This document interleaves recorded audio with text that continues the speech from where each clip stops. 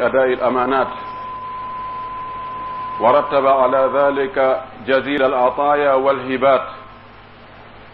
ونهانا عن المكر والخداع وسائر الخيانات، وتوعد على من ارتكب ذلك شديد العقوبات. نحمده ونستعينه ونستهديه ونعوذ به من شرور أنفسنا ومن سيئات أعمالنا. من يهده الله فلا مضل له، ومن يضلل فلن تجد له وليا مرشدا. أشهد أن لا إله إلا الله وحده لا شريك له، وأشهد أن محمدا عبده ورسوله، شهادة تنجي صاحبها يوم الحساب والجزاءات. يا أيها الذين آمنوا اتقوا الله حق تقاته ولا تموتن إلا وأنتم مسلمون. يا أيها الناس اتقوا ربكم الذي خلقكم من نفس واحدة وخلق منها زوجها، وبث منهما رجالا كثيرا ونساء، واتقوا الله الذي تساءلون به والأرحام إن الله كان عليكم رقيبا. يا أيها الذين آمنوا اتقوا الله وقولوا قولا سديدا يصلح لكم أعمالكم ويغفر لكم ذنوبكم، ومن يطع الله ورسوله فقد فاز فوزا عظيما. ثم أما بعد، فإن أصدق الحديث كتاب الله، وخير الهدي هدي محمد صلى الله عليه وسلم، وشر الأمور محدثاتها، فكل محدثة بدعة، وكل بدعة ضلالة، وكل ضلالة ففي النار. أعاذنا الله وإياكم من عذاب النار. أيها الإخوة الفضلاء، أيها المسلمون الأطهار، اعلموا أن الله قد أمرنا بأداء الأمانة والوفاء بالعهد والتخلق بالأخلاق الحسنة، وحذرنا من الخيانة والمكر والخداع، ومن سائر التلمقات وأخذ الأموال بغير طيب نفس. فاعلموا أن الفائز هو من امتثل بأمر الله سبحانه وتعالى، وامتثل أمر رسوله صلى الله عليه وسلم، وأن الخاسر هو الذي هو كل من خادع نفسه ونبذ أمر الله سبحانه وتعالى وأمر رسوله صلى الله عليه وسلم وراءه ظهريا. أسأل الله أن يجعلنا ممن إذا وعد وفى، وإذا أؤتمن أدى الأمانة، وأن لا يجعلنا من الخونة. إن يتي الله سبحانه وتعالى moƴƴiɗo e meɗen waɗi e ɓiɓɓe adama teddinaɓe jogiiɓe haqqillaji, lontiɓe mo ka hoore leydi ɗo fi ñinnugol diina kan, rewramo no o haani rewirede noon, saakita nunɗal ngal e hoolaare nden e yurmede nden e moƴƴere nden ka hoore leydi ɗo, wurnita leydi ndin ɗo wona e mayri no o yiɗiri o yarlori noon. En yettimo waɗɗo en kadi julɓe jeyaɓe e mofte nelaaɗo sallallahu alayhi wa sallama, mofte ɓurɗe moƴƴude ɓe Allah tagi ɓen fof ka yimɓe, sabu hiɓe yamira ko moƴƴi, hiɓe haɗa ko boni, hiɓe gomɗini Allah. En yettimo e ɗi nemaji makko ɗi o nemini en. himo neminiri en cellal, neminiri en ɓuttu, nemini en hoolaare, neminiri en jawle e ngaluuji, neminiri en yiɗugol en jaɓana en du'aaji, neminiri en nemaji ɗi en anda no fotata. En yettimo no o haani yettirde noon. En torikemo yo ɓeydan en ɗi nemaji makko e moƴƴereji makko wonɗi e hoore men ɓayɗi lelliramo ɗi lannata. En torikemo yo o longin en konnguɗi ɗi o ɓuri yiɗude yettirede ɗin, o arsika en yettugol mo, o jaɓana en ko yettuɗen mo kon. Kanko ko o moƴƴo, ko o waɗowo ko o moƴƴi, ko o waɗowo ko moƴƴi, ko o yiɗuɗo kadi waɗoɓe ko moƴƴi,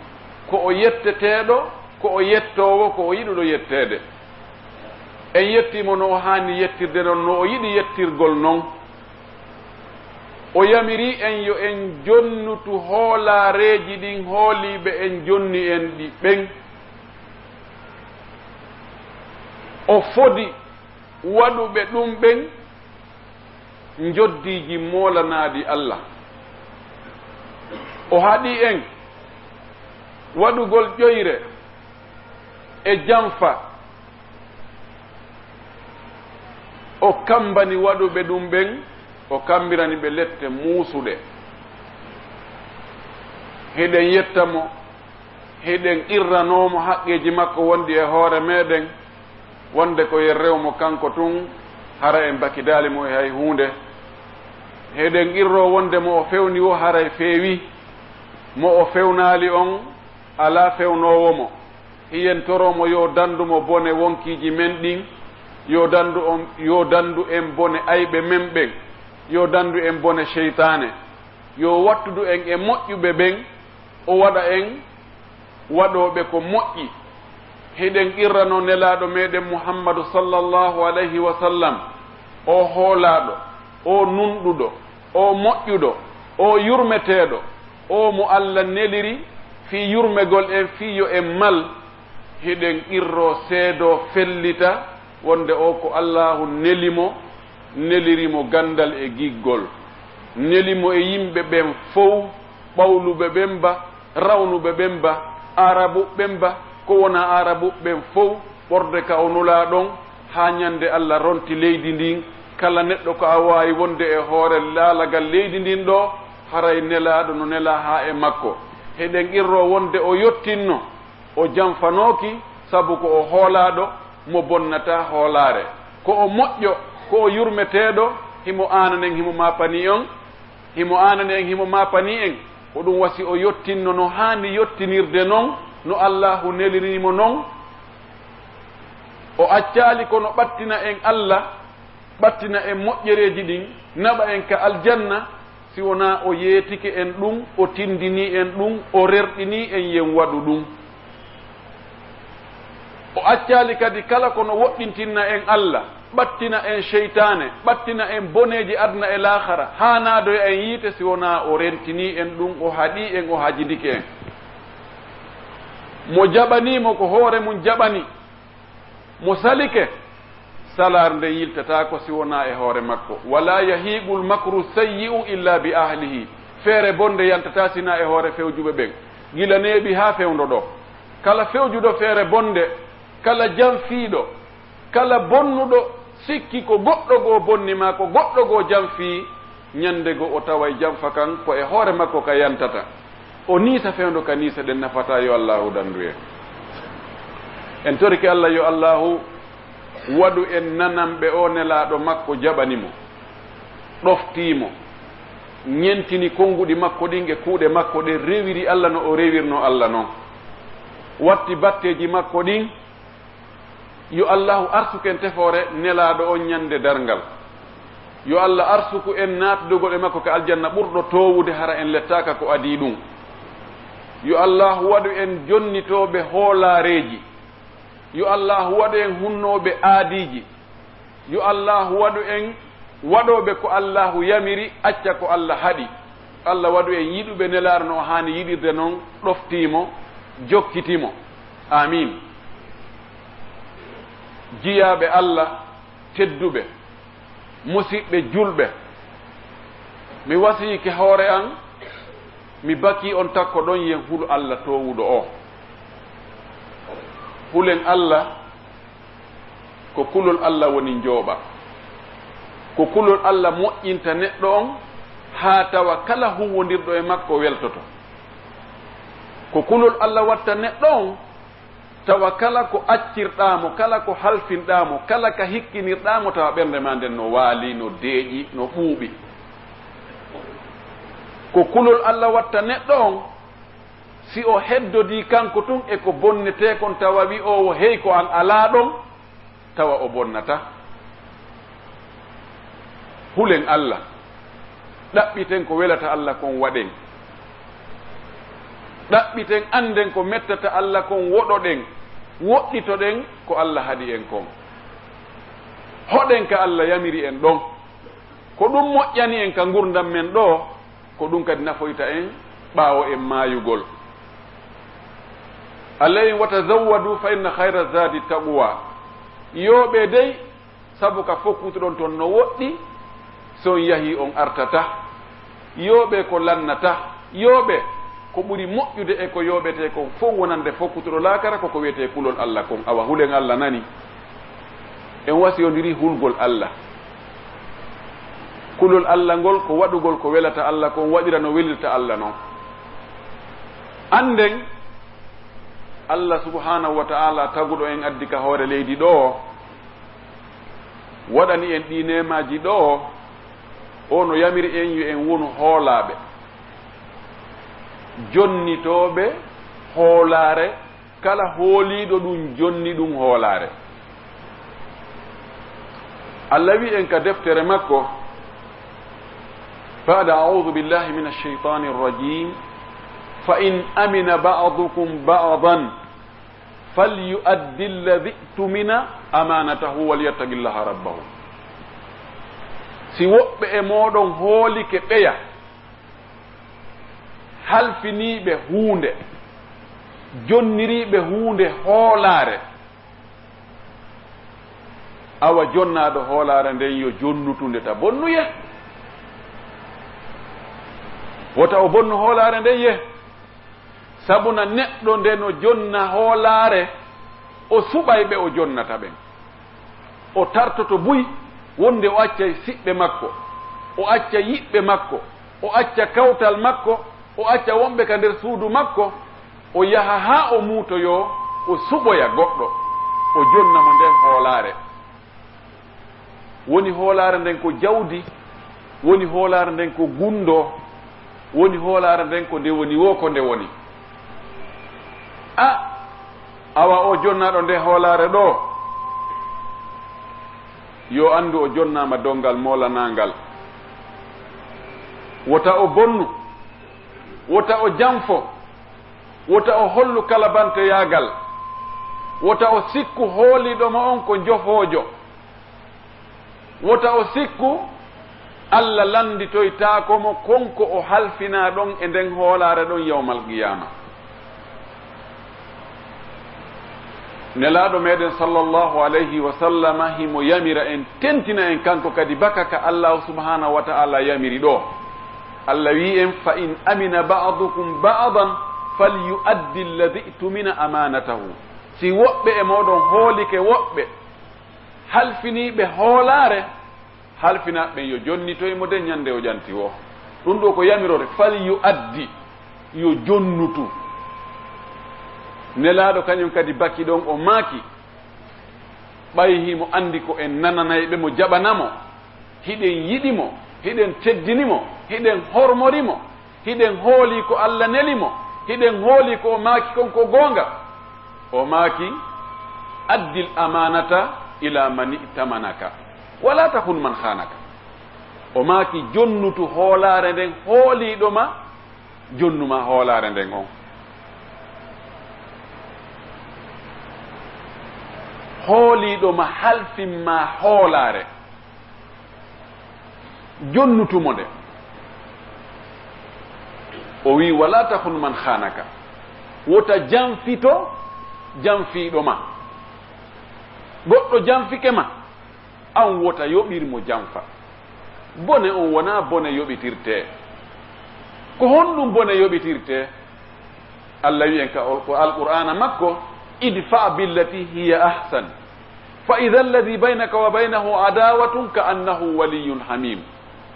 wama yulaqaha illa alladhina sabaru wama yulaqaha illa dhu hazzin azim Allah wi idfa billati hiya ahsan duñitir bone on hunde ɓurde moƴƴude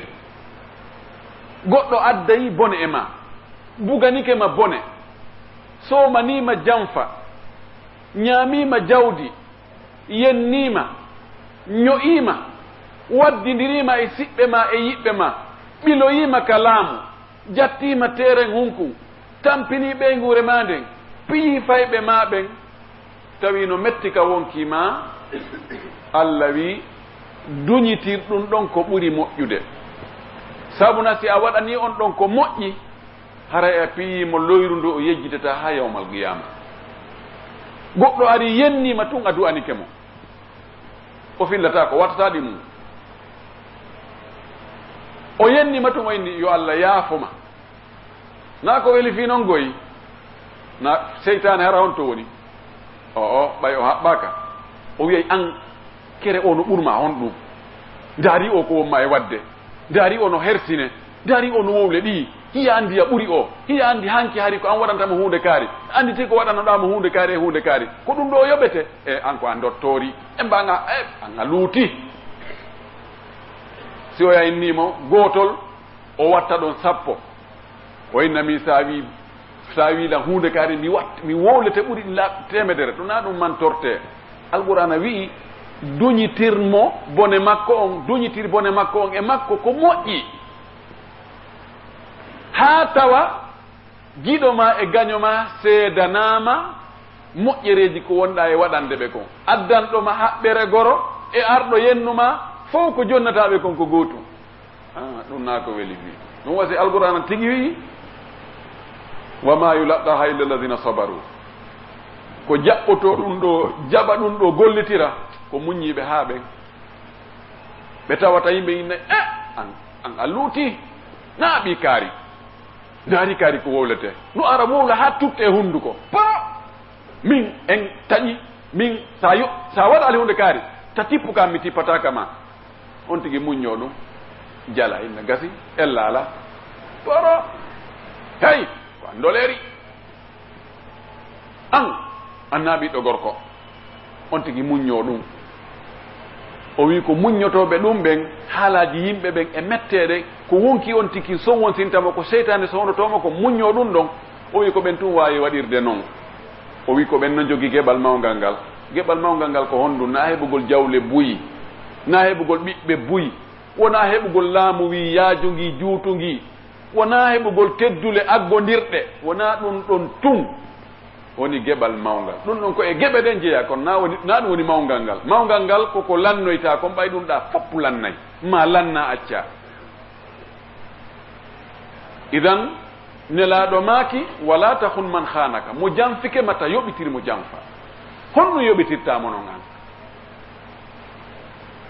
ko jonnitirgol mo hoolare ko o hoolima o halfinma kon ko yoɓitirtamo ko hunnugol aadi ko yoɓitirtamo ko jikku moƴƴo ko yoɓitirtamo ko konnguɗi newiɗi ko yoɓitirtamo ko hollugol mo an hiɗa gomɗini Allah e nelaɗo an hiɗa faala aljanna on an hiɗa andi joddidi na kanko jogii yottagol ngol kadi an ko faalaɗa ko Allah yo yottanoma sabuna mo Allah yottani no ɓuri mo goɗɗo yottani mo Allah darani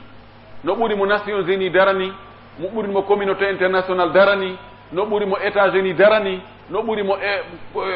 Union européenne darani si Allah darani kema hay goto wawatama tampinde ko ɗum waɗi e hadis Abdullah ibn Abbas mo Allah sallah sallama makannomo on ka sakkitode makko o wi andu yimɓe ɓen fof attinoɓe ɓen e sakkitiɓe ɓe foppu maɓɓe kala ko wiyete neɗɗo ɓiɗɗo adama si ɓe fof ɓe darike ɓe dartori sengo woto ɓe faalama lorrugol ma ɓe wawatama lorrugol sina hara ko hunde nde Allah winduno nden ɗon nde heɓete si tawi noon ko hunde Allah winduno heɓete ɓe fof ɓe darike Allah waɗa ɓe sabu ha ɗum waɗe kono o windino ɗum be heɓe hay si ɓe daranoki fiyo ɗum heɓe o wi andu ɓen ɗon fof kadi si daranike ma fiyota goɗɗum goo heɓe ma fiyoɓe nafa hum ɓe wawatama nafude nafa hum sowona hara Allah hoddirino kun ɗon a heɓay kun ɓe woni ɗon ɓe ala ɗon andu kala ko heɓuma ɗum wopatanoma andu kala ko woopuma ɗum ɗon heɓa fiɗatanoma few mo heɓi ɗum ɗo nde finde ɗo haray o fowtike few kono nde wela heɓude noon idan wota jamfito jamfiiɗoma. idan Allah yamiri en yen jonnuto hoolaare nden jonniten nde hombo hooliiɗo en o fii hombo fii Allah subhanahu wa taala yamirɗo en yen waɗɗum o. no waawi hara o jonnuɗoma nde hoolaare an e makko son luttidi a waɗaymo ko faalaɗa o, hiɗa liɓamo son cippiri, hiɗa ɓurimo fereede ɗengal si on darike ñawoore, hiɗa ɓurimo sabuuji, hiɗa ɓurimo jogaade jawdi. nokkeeli ɗin ɗi fopp majji ko tawata neɗɗo on no waawiri goɗɗo kon fopp hiya no timmi e hoore matelen makko, kono hara bonnaali hoolaare nden sabu hombo, sabu ɓurɗo on on fof on anndu no Allah waawirma noon no ɓuri no oɗa waawirma noon. ko ɗum ñande goo nelaaɗo tawi sahabajo goo no piya maccuɗo muɗum, o hewti nelaaɗo yaltiti tawi mo wiya mo loyru ɗum par oya no fesa no nodda faaba no tuuba. nelaaɗo maki hey tun o yeƴƴiti o inni Allah no waawma ɓuri ko waawɗa oɗo ko, Allah no waawma ɓuri ko waawɗa oɗo ko. o wi nelaaɗo mi seedanima oɗo mi rinɗinimo sabu Allah. idan ko honɗum woni hoolaare. yimɓe ɓen no faaɗini karewol ka hoolaare nden woni ɗon. yimɓe no sikka ko wiyete hoolaare ko si mi adi ɗo joni mi ƴetti jawdi mi jonnima minni mi halfinima ɗum ɗo,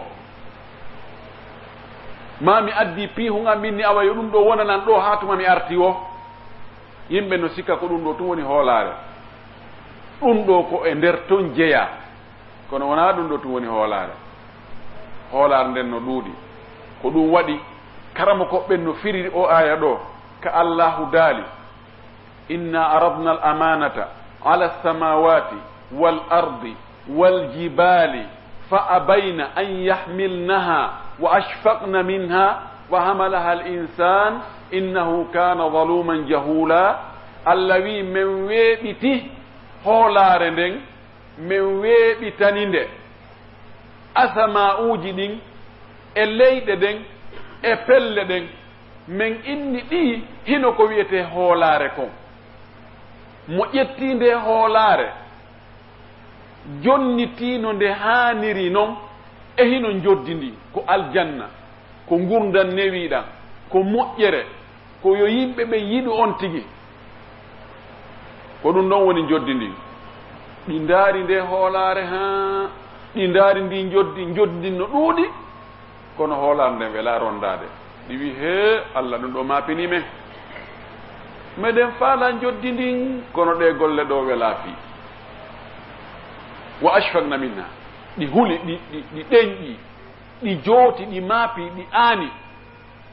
asama on no yaajiri ni, no janɗiri ni, ndi leydi no yaajiri ni, no jogori pelle e canɗi e leɗɗe e piiji ni, kono ɗi jooti, ɗi maapi, ɗi aani, sabu andugol si hoolaare nden kadi boni ko honɗum kadi e lette rewoyta ɗon. ko sabu ɗum ɗon si tawi lanɗo noddima joni inni gollanan ɗe golle ɗo, si golle ɗe moƴƴirino mi faalira noon mi yoɓete hunde kaari, tawa joddino ɗuuɗi milliard ji ha saba kaari. kono si gootum boni ton ko kaasa to mi naɓete, a yiidata e goɗɗo gurdam maɗa, mi sokete ko a yiyata nangue, on tigui yeggitay ko joddini ɗuuɗi ko. o tawa e joddi ndin hitta e makko hande kadi, sabuna si tawi hewti hakkude heɓugol e daɗugol, on tigi ko daɗugol ngol o ƴettata. ko ɓe wi kon a jokka e goɗɗum ha goɗɗum jokke, accita ko jokkuɗa ko jokka ko jokkuma ko fino daɗira. idan karama koɓɓen no fottani wonde nde hoolaare ɗo weeɓitananode asama'uji ɗin e leyɗe ɗen e pelle ɗen, ɗi maapi, ɗi huli, ɗi aani ƴettugol hoolaare nden wona kalifu tun, ko sharia Allah on,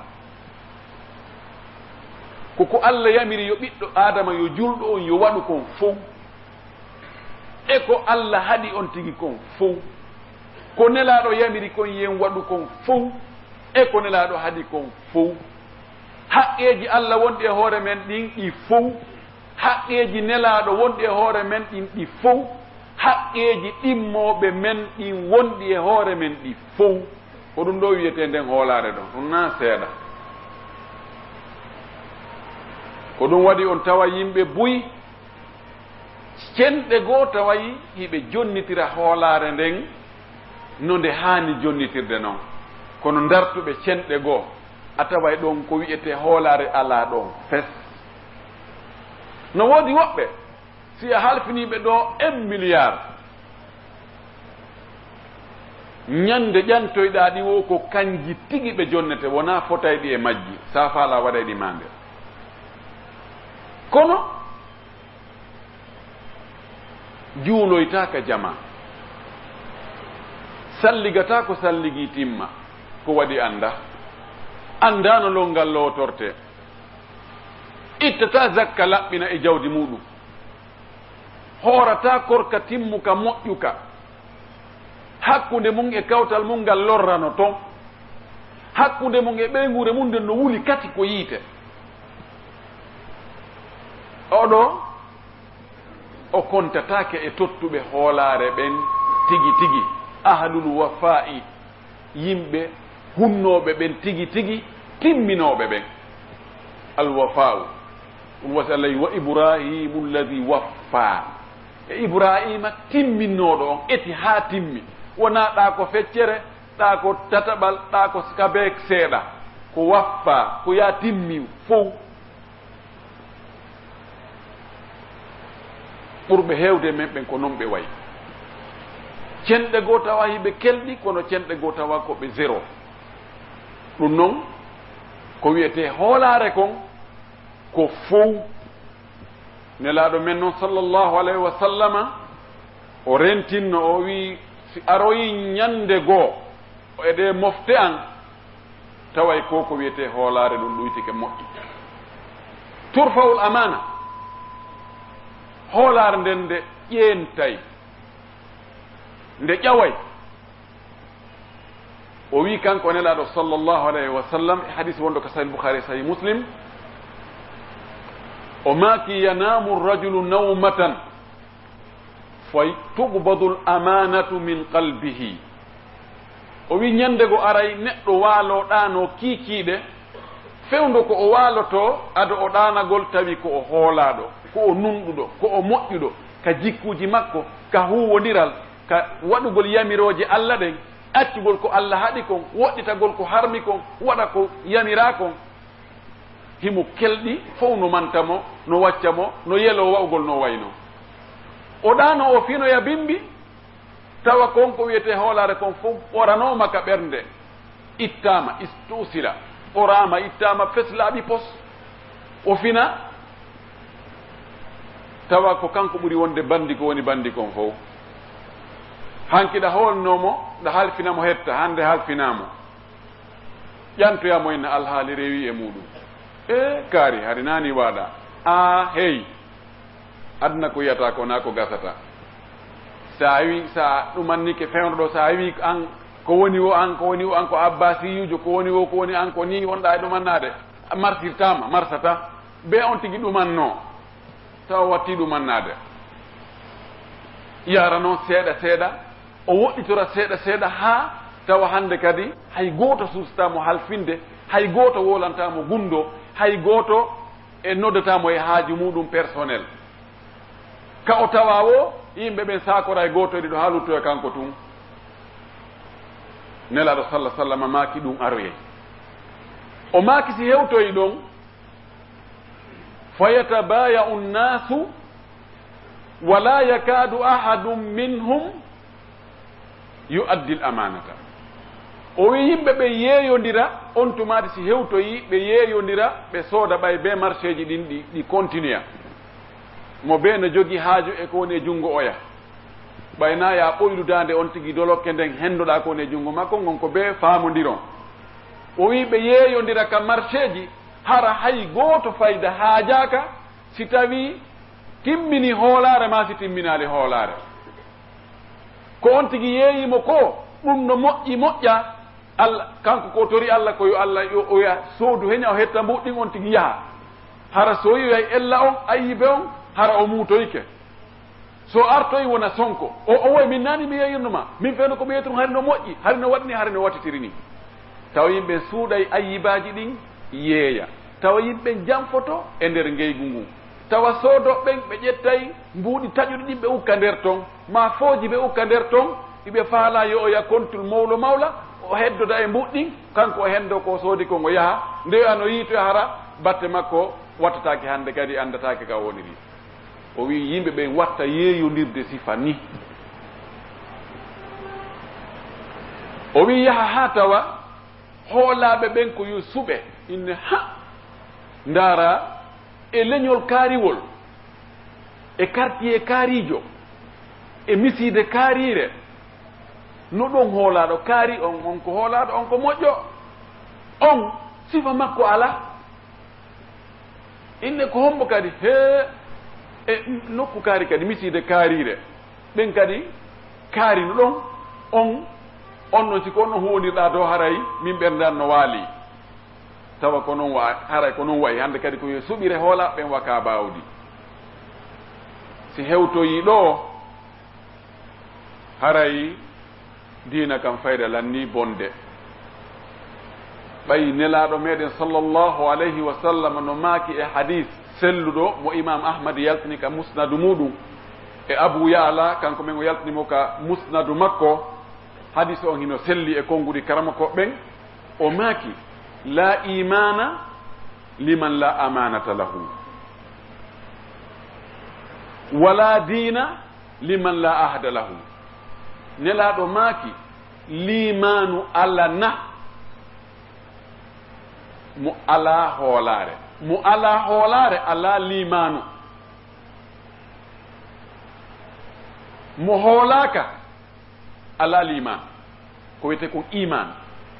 tawi on tigi jamfoto tawi on tigi fenay tawi on tigi holla yimɓe kalabanta yaagal mo halfini mo hettata mo ñawli mo hettata mo halfini mo gundo mo sowndike mo gundo o nanira ɗum ka BBC wolto ton nelaɗo maaki oɗo ala ko wiyete limanu kon o maaki firtowo aadi mo hunnata aadi nelaɗo maaki oɗo kadi mara diina tawte en hewtali ɗon allah tawata en hewtali ɗon aqulu ma tasma'una wa astaghfirullaha li wa lakum wa lisa'iri almuslimina min kulli dhanbin wa khati'a fastaghfiruhu innahu huwal ghafurur rahim lillahi waliyyi salihin القوي المتين والصلاة والسلام على رسوله الأمين وعلى آله وصحبه ومن تبعهم بإحسان إلى يوم الدين ثم أما بعد أيها الإخوة في الله أيها المسلمون اتقوا الله وأدوا الأمانات إلى أهلها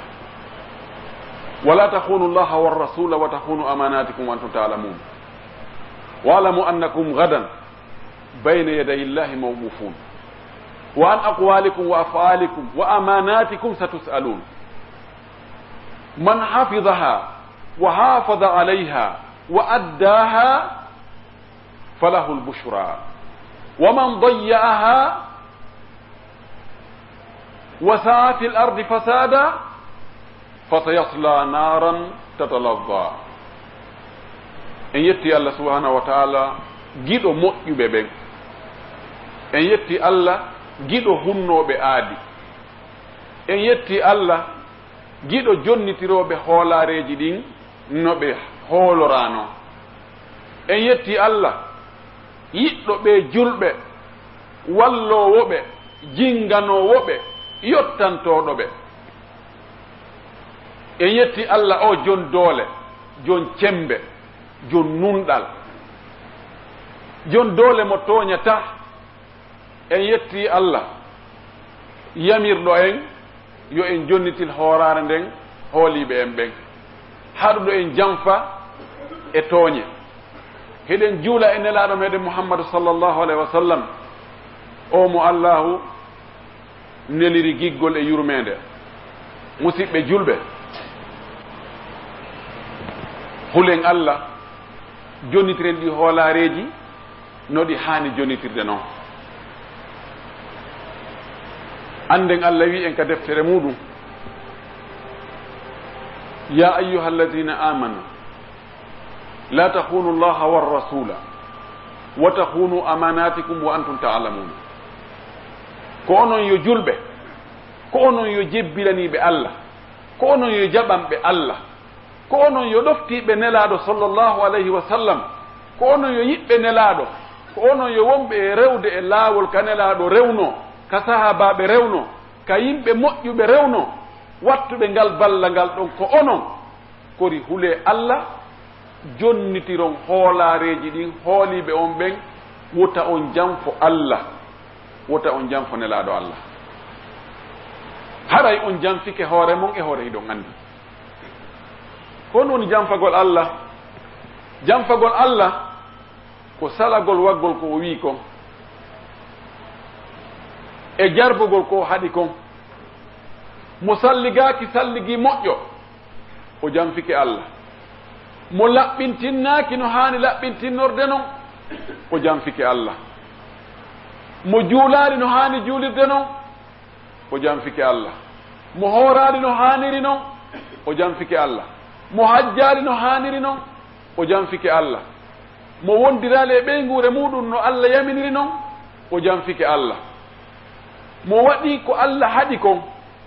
o yari beere, o fiimi cigarette, o ñaami dorog, o waɗi zina, o ñaami riba, o lorri yimɓe, o wari ɓe Allah yamira yo ware, o tooñi, o bonni haqqeji, oɗo haray o janfike Allah. mo salike ko nelaɗo yamiri, janɗiwo fanɗiwo, sewiwo sembiwo, ma o waɗi ko nelaɗo haɗi, haray o janfike nelaɗo on. ko hombo o janfi ko hoore makko no wirɗen non. janfa kan yantoyta sina e hoore janfiɗo on. wota en janfo. ɗum waɗi sayyidna Umar ibn Khattab radiallahu taala anhu ñande go himo wowla yimɓe no mantana mo yimɓe kaari en ɓuri mum ala, ɓen ko soɓeɓe, ɓen no jogui doctorat, ɓen ko waɗayɓe juulude, ɓen ko ñallayɓe horude, ɓen ko waɗayɓe sadakaji, ɓe ko waɗayɓe ɗum ɗo e ɗum ɗo. o wi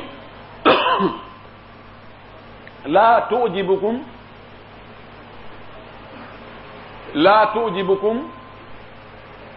tantanatu rajuli lakin man adda al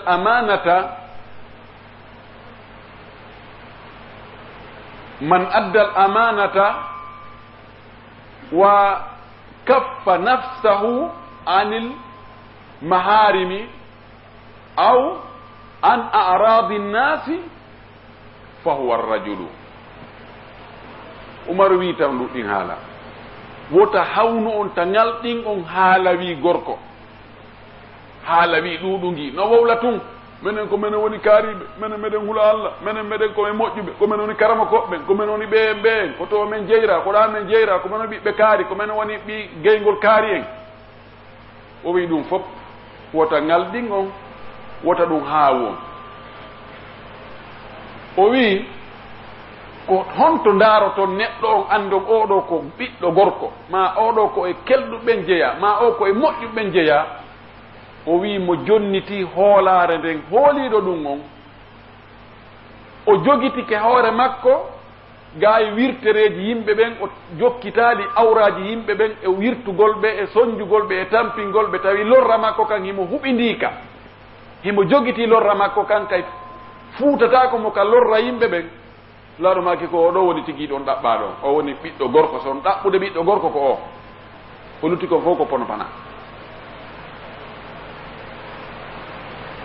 sayyidina Ali radiallahu taala anhu o wi ada'ul amanati miftahul arzaqi. sayyidina Ali wi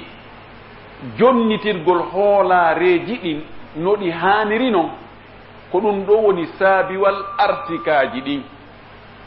jonnitowo hoolaare Allah udditanaymo ndaaren joomiraɓe metiyeji ɓen maçon ɓe ɓen menuisier ɓe ɓen souderi ɓen e mo be ko gollata tayer ɓen e kummo be ka Allah waɗi yo o wakkilo ɗon o heɓa ɗon arsike makko ndaare hoolaaɓe ɓen e maɓɓe ɓe tawata fof no jonnodiri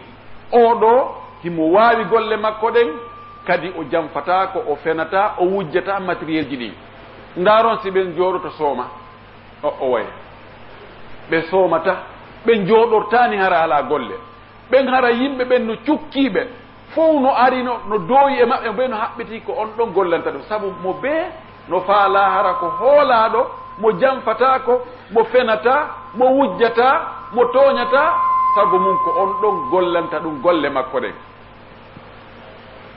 hara so accimo ka chantier hay si gardi en ala himo andi Allah no ayni oya no andi Allah no ayni ɗum matériel ji ɗin mankata dose on timmay golle ɗen waɗay no haani waɗirde noon jon golle ɗen woni ɗon woode ala ɗon wo hiɗen luttiri ɓen kono ko seeɗa andi Allah uditi arsike o gollooɓe jom métier ji jonnite hoolaare nden hooliiɗo on o hoolike ma o halfinima golle gollir golle ɗen wasi ko an woni e gollande hoore ma harano ɓuri anndutu gila fuɗɗiɗa golle ɗen ɓaawo a haldi e jon golle ɗen joddi ndin gila ɗon Allah no immini ko aynuma no wonɗa e gollirde noon si a ƴetti toon goɗɗum no windede walline wallahi a yoɓoyay ɗum yawmal qiyama onon joomiraaɓe golleji gollanteɓe jonnite hoolaare nden hooliiɗo on joddi ko halduɗon kon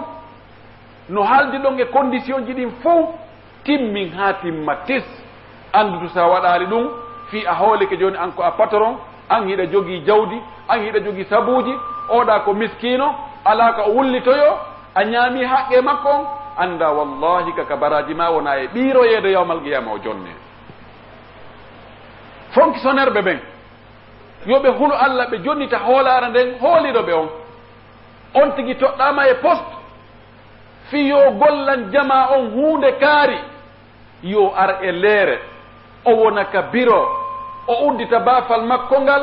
o gollana yimɓe ɓen ko o wi'a yo o gollanɓe kon hara o ƴantaali ɓe goɗɗum si wona ɗum wallahi yawmal qiyama ko ɗen golle makko ɗen tigi si Allah yaafakimo ko ɗen wonta sabu ha o naatogol yiite jogiiɓe responsabilité ji mawɗi innaaɓe yo ɗaɓɓan men gollooɓe toɗɗano men ministre ɓe toɗɗano men directeur ɓe toɗɗano men almami ɓe toɗɗano men janngooɓe yoɓe suɓu arrajula almunasiba fa yadaunahu fi lmakani lmunasibi yoɓe suɓu neɗɗo gaynoowo on hoolaaɗo on moƴƴuɗo on nunɗuɗo on jogiiɗo capable e capacité waɗugol huunde nden on ɓe waɗa mo ɗon wala ta'khudannahum fi dhalika lawmatu la'im wala awatifu alqarabati wassadaqati wal alaqati ash-shakhsiyya wota ɓe ndaaru dey e ɗum ɗon ka suɓagol haanuɓe gollugol ɓen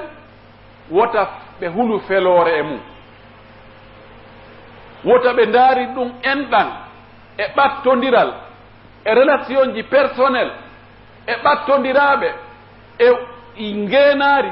e naafiqiiɓe ko wowlata wota ɓe ndaaru ɗum few yo ɓe ndaaru gaynooɓe ɓen ɓe waɗa ɓe ka golle sabu neɗɗo mo gaynata huunde nden on ko yanga o ko yanga o sakkitorto ko esuyugol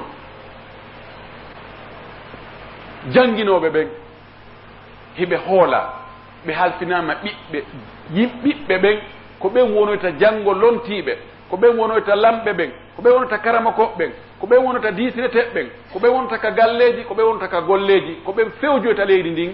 hande noon ko ɓe pay koye tosokoy koye annda hay hunde ɓe waɗama e juuɗe ma an jannginowo on hulu Allah jonnita nde hoolaare ɗo jannginaɓe no haaniri noon ne'iraɓe no haaniri noon waɗa e maɓɓe ko tawata janngo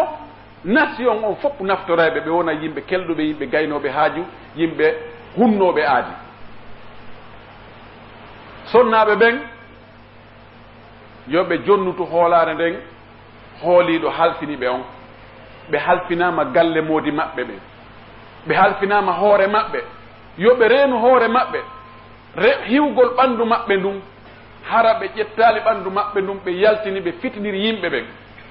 ɓe ɓorno conci l'islamu ɗi l'islamu yamiri ɗin ɓe hiwa hoore maɓɓe ɓe wona reeniiɓe ɓe wona hersuɓe hersooɓe ɓe wona hippuɓe gite hara ɓe ukkaaki ka worɓe woni ɓe wona ali naatooɓe ka woni wo yalta ka woni wo ɓe heƴa ka cuuɗi maɓɓe ɓe ne'ana en geɗal ɓe men ɓen ɓe moƴƴina cuuɗi ɗin ɓe ɓuttinari ɓe ɓuuɓina ɓernde moodi maɓɓe e ɓernde wonɓe ka galleji ɓen ɗum ɗo ko hoolaare nde allahu subhanahu wa taala halfini ɓe no nelaaɗo maakiri noon allah lanitoɗe ɗum kadi yawmal qiyama si ɓe bonni nde ɗo hoolaare almami ɓen karama koɓe ɓen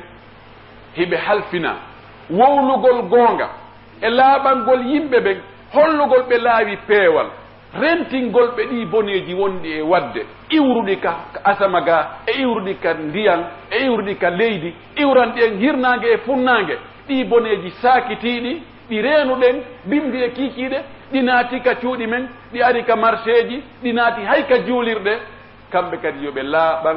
mofte nelaɗo nder reedu ɓe wowla goonga wala yahudum fi dhalika lawmatu la'im wota